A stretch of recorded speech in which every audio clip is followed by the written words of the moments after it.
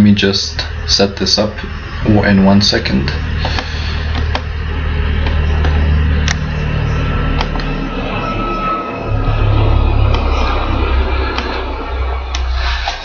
Hello. Thank you very much for having me today. I'm honored to be speaking at the GeCCo competition. It's really an honor. So the title of my presentation today is Quo Vadis Project Management.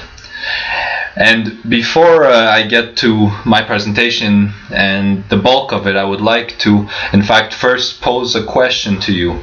So what does volunteer work, project management, and virtual collaboration have in common? And we'll try to get to some answers and some personal reflections of mine on this question throughout the presentation. And before we get to that, I would like to first of all introduce myself. So who am I? For those who already read about me on the Facebook page, my bio was up there. I'm quite an international globetrotter. I was born in Poland. I grew up in Canada. I'm now married to a Spanish, beautiful, lovely wife. I've lived in South America. I've studied in Brussels, and now I'm currently working for NNE Pharmaplan in Belgium. And I'm an engineer and pursuing my path towards project management. That's how I look like at work, if you guys can believe it or not. Quite comical, eh? You guys might have also read that last year in 2013, I received an award from the IPMA, which is the Young Project Manager of the Year award.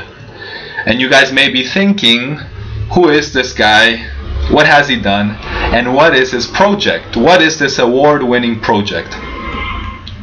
Well, in fact, from what I just told you before about my professional career as an engineer, perhaps you may be thinking that this project has something to do with that. Perhaps it's a heat exchanger, optimizing the heat transfer between a shell and tube heat exchanger.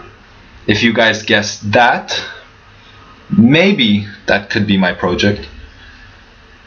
Or maybe because I'm working for a biotech pharmaceutical consulting company, I developed as my project a new state-of-the-art bioreactor for harvesting the maximum amount of cells possible from a biotech process. Maybe. Or because of also my biochemistry background, perhaps it could be a project trying to sequence a genome to be able to cure some type of rare disease. Well, in fact, if you guessed any of those, you're wrong. My project, in fact, combines two things that I'm very passionate about. The first of those being volunteer work. For about 8 years now, I've been volunteering in all sorts of student organizations, community clubs, and non-for-profits because I believe deeply in that we have a responsibility to shape the community in which we live in a positive direction. And the second thing that my project combines is project management, this new career path that I've taken on and I feel very proudly about. So what is my project? Well, the project that I brought forward for this competition has to do with the current situation for young unemployed people across Europe.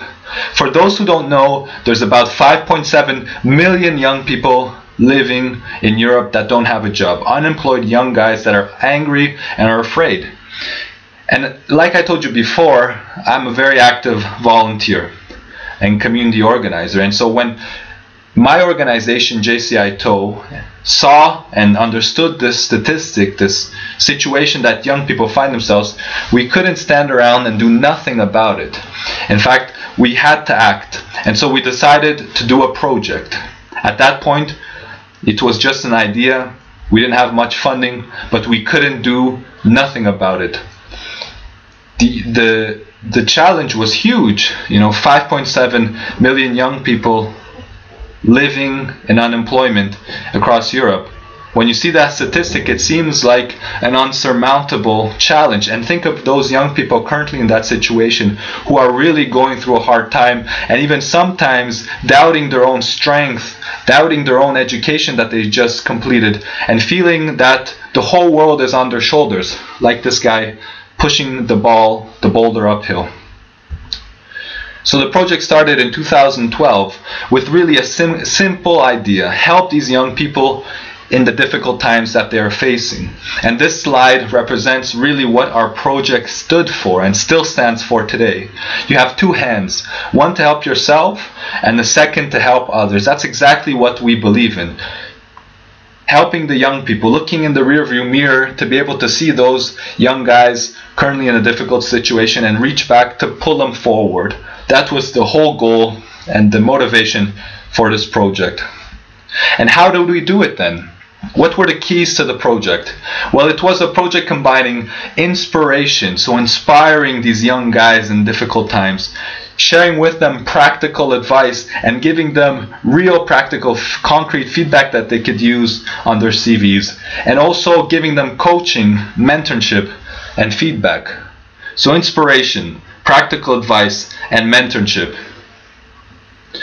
We created this platform, this project, where we had always to start off with an inspirational panel from senior leaders that we invited that have reached the pinnacle of success, senior level executives, ambassadors of countries, vice presidents in multinational corporations, to share with the young unemployed youth in the crowd their experiences, relate to them in the fact that although these young guys are going through very difficult times, we as senior leaders have also encountered obstacles on the road, and we have been able to overcome them and share the best practices with the young unemployed youth so that they can understand that struggle and this challenge is just something, it's not something that will be there forever, but it can be overcome, and these young guys can reach the level and the success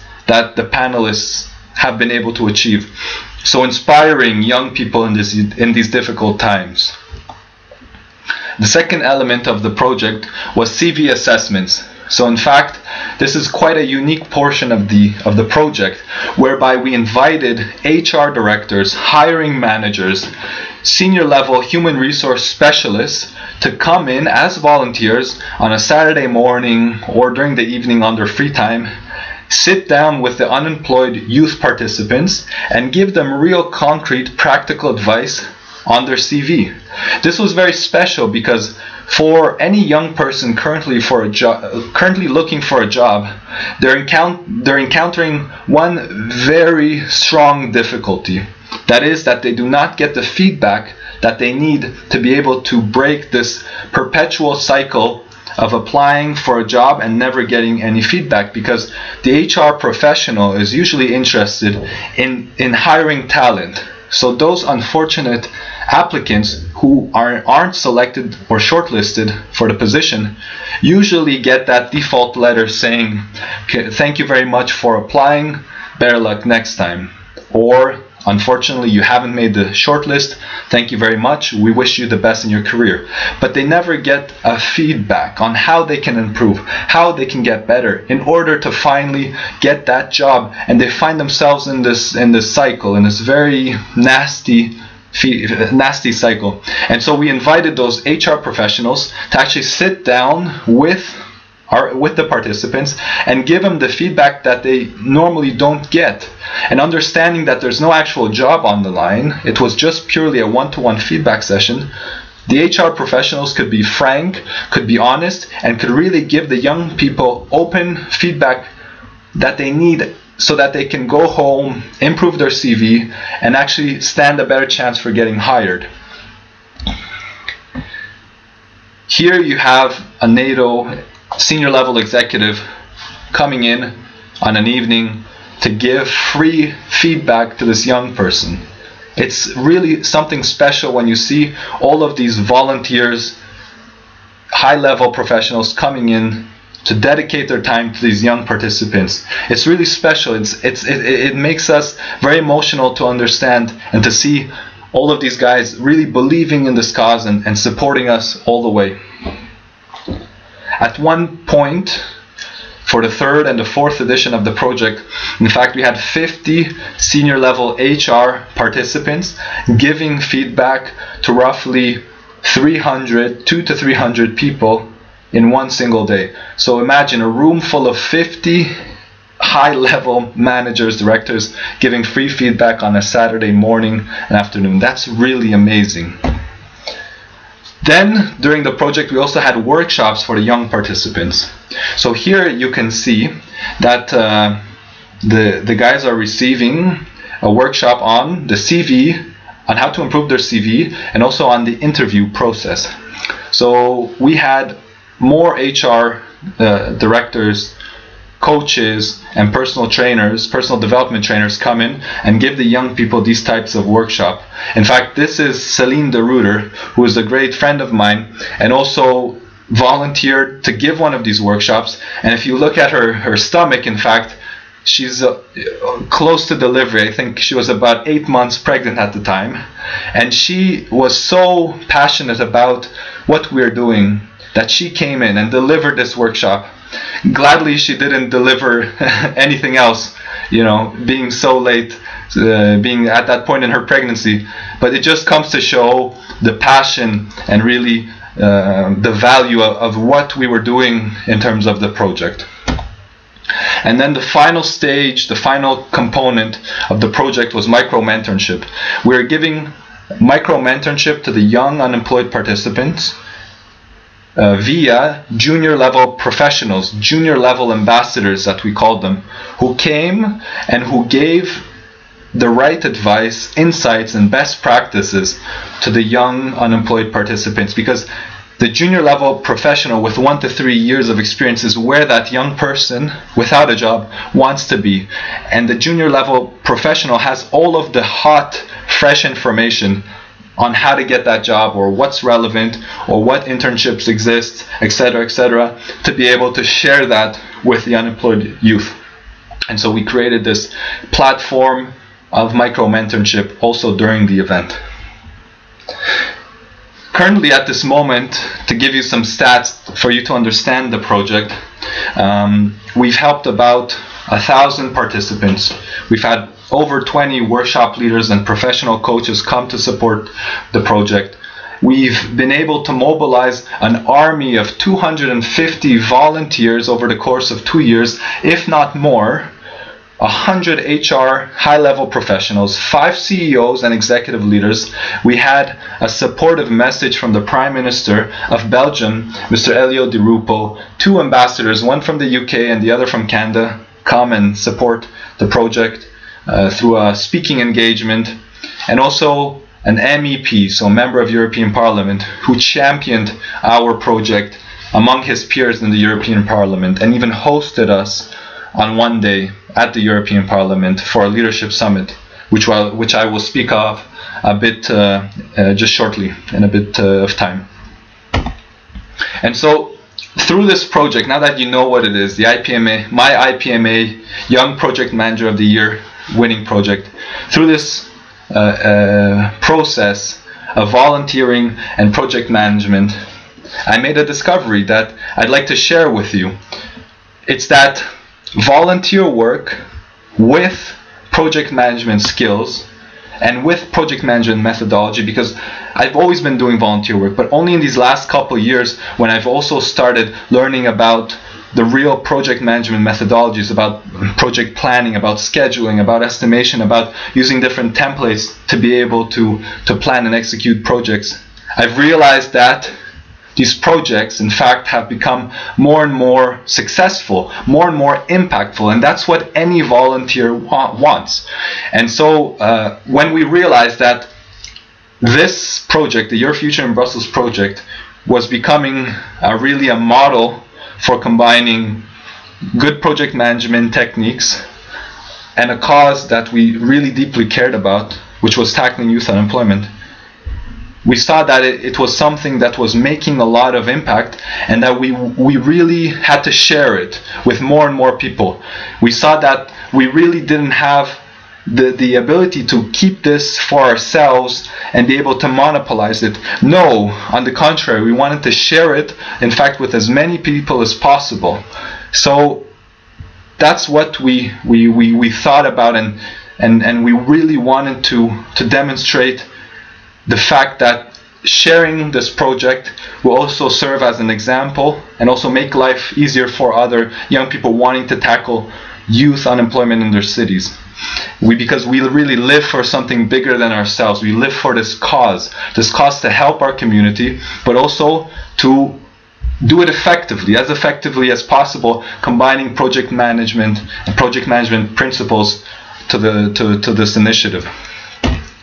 And so on that note, last year in 2013, we created a leadership summit, which was hosted at the European Parliament, whereby we invited 80 young leaders, social activists, community organizers, student leaders from all across Europe to come to our leadership summit, learn about, where we organized trainings, we organized leadership development sessions, so that they could learn about all of these concepts: leadership, organizational development, stakeholder engagement, partnership, but above all, the concept that we've been able to implement, and also the project management tools and techniques that will help them to be successful in their own local communities when they go back and they're able to implement this project in their local communities. Just to let you know, during this leadership summit, we had the IPMA Young Crew give a wonderful presentation on teamwork. We also had a great presentation from PMI, so from one of the executives here in Belgium. So both project management organizations were present and were sharing best practices, such as the project management canvas and different tools that may be really important. So combining volunteer work, cause-based initiatives tackling youth unemployment, and also project management best practices. And so when those guys went back to their countries, we began a new sort of phase of the project, a higher level campaign whereby we are coordinating with these young volunteer project managers a network trying to implement the same solution for tackling youth unemployment in their own local communities. And now this is where the project gets very interesting. So like we did here in Brussels, these guys are going to be imitating and implementing the same concept that is based on inspiration, practical advice, and mentorship to help the young people in their local communities. But now there's a new level to this project, in that we, the Brussels headquarters, facilitating and sharing all of our best practices and knowledge with them, we need to organize a campaign, a coordinated effort, so that we can work together. And virtual collaboration is really important. And this is a very challenging task. You guys understand it very well, because right now you GeCCo guys are organizing and working together on these cases in different countries across Europe and the world in order to come first and to make the best case possible. Well, we're doing something very similar, but with other young people, young leaders, to help implement and find solutions for youth unemployment. Seems challenging, doesn't it? But because of what I've seen over the last 10, 15 years, and because of my own personal experiences, I believe very deeply that it can be done. In fact, what we've seen recently with social media, with Facebook, with all of the technologies like smartphones and the internet, we've realized that technology has become a huge enabler in creating change. Whatever that change may be, whether it be creating a business, a new startup, an organization, or collaborating as you guys are in GeCCo, and as we intend to do through our project. We can see that technology has been a driver in all facets. In the political, we saw the Arab Spring yield a wave of democratic reforms, bringing down dictators like Mubarak, when students took to the streets, used technology and social media to organize and show in a huge mass of democratic speech and activism that it's time for change. We're now seeing a revolution in the university experience. Young people can now take free courses online through Coursera or MIT OpenCourseWare. And in fact, I was reading just recently that one woman was able to do an MBA from Rwanda for just under $1,000 using all of these different online courses and certification programs. Technology is enabling us to do great things and for society to progress. We saw in 2008 and throughout Barack Obama's presidency how he's been able to leverage social media for his advantage, to be able to create grassroots movements like Organizing for America, to create discussions, communities, fundraising events, and just a new level of public, public dialogue amongst Americans. On another level, we've seen projects being funded through crowdfunding technologies, platforms like Kickstarter. So if you never had money before to fund a creative project, an idea that you may have, now the world has changed and technology has made that a lot easier. So if you have a great idea, you don't need to be rich. You can put that idea on a platform like Kickstarter and try to gain sponsorship. And as you can see here, there's been over 80,000 projects launched on Kickstarter. The world is changing faster than we know it. You can see here is just a diagram of social media, of the different the different companies that have popped up, have challenged traditional business models, and have created new ways of communication for us and new ways to collaborate virtually through blogs, through Skype, through all of these different platforms. Facebook, if you can believe it or not, Facebook is in fact ranked the third most populated space. It's a virtual space, of course, but it's just trailing behind India and China, larger than the US. And now you can see that's what we have as young organizers, as young project managers. We have this great potential, and it really allows me to be very hopeful in what we can achieve, given these new technological, how would I say it, feats of these great technological feats and innovations. And just to be put things into perspective and be a bit funny as well, the people that were organizing events, volunteers like me 20 years ago, didn't have Facebook, didn't have all of this social media, and they were doing it the old-fashioned way. You know, then they had notepads, and technology changed the way notepads look. So from writing notes to being connected everywhere you go. Before, the organizers, when they had to promote an event, they put a poster up on the walls and on the telephone poles. Then technology came along, and organizing an event, in fact, became a lot simpler. Now you guys know how to create an event with the click of a mouse on Facebook. Invite all your friends, find a spot, go there, and the event is practically made. And all of the technology we have to create marketing materials around that event online is simpler than it ever has been. Of course, telephones, before the guys had to do it the old-fashioned way. Now, what we're doing right now is becoming the norm. A live streaming presentation, teleconferences that we have at work with different time zones. This allows us to save money also, save costs, and be able to have discussions on just a greater level with different stakeholders, making the best projects you can imagine. And so, just to finalize my conclusion and my PowerPoint presentation, I'd like to mention that we are, with my organization, like all of you, at a crossroads in history. We are looking at two options.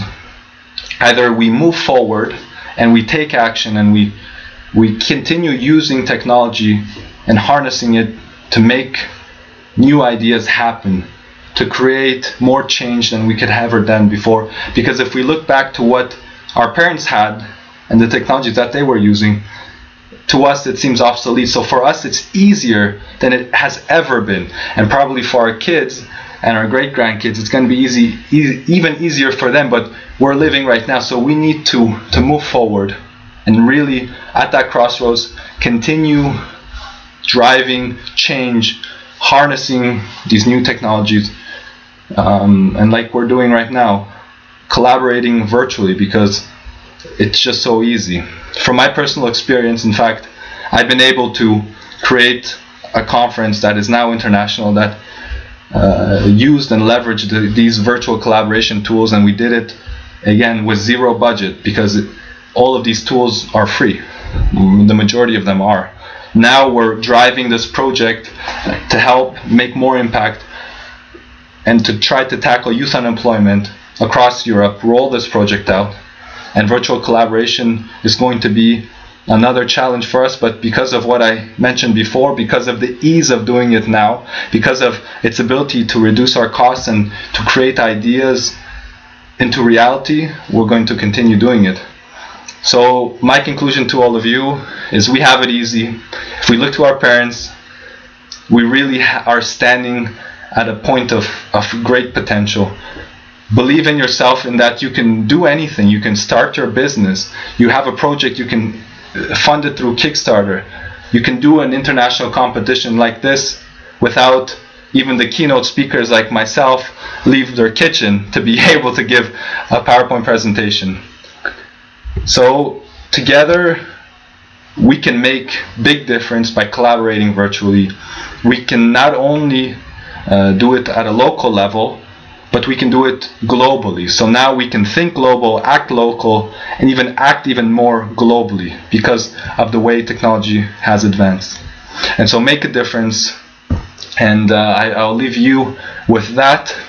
So thank you very much for listening to my presentation. I hope you took something away that can benefit you throughout your competition, and I wish you all the best, and may the best GeCCo guy or girl win. Thank you very much.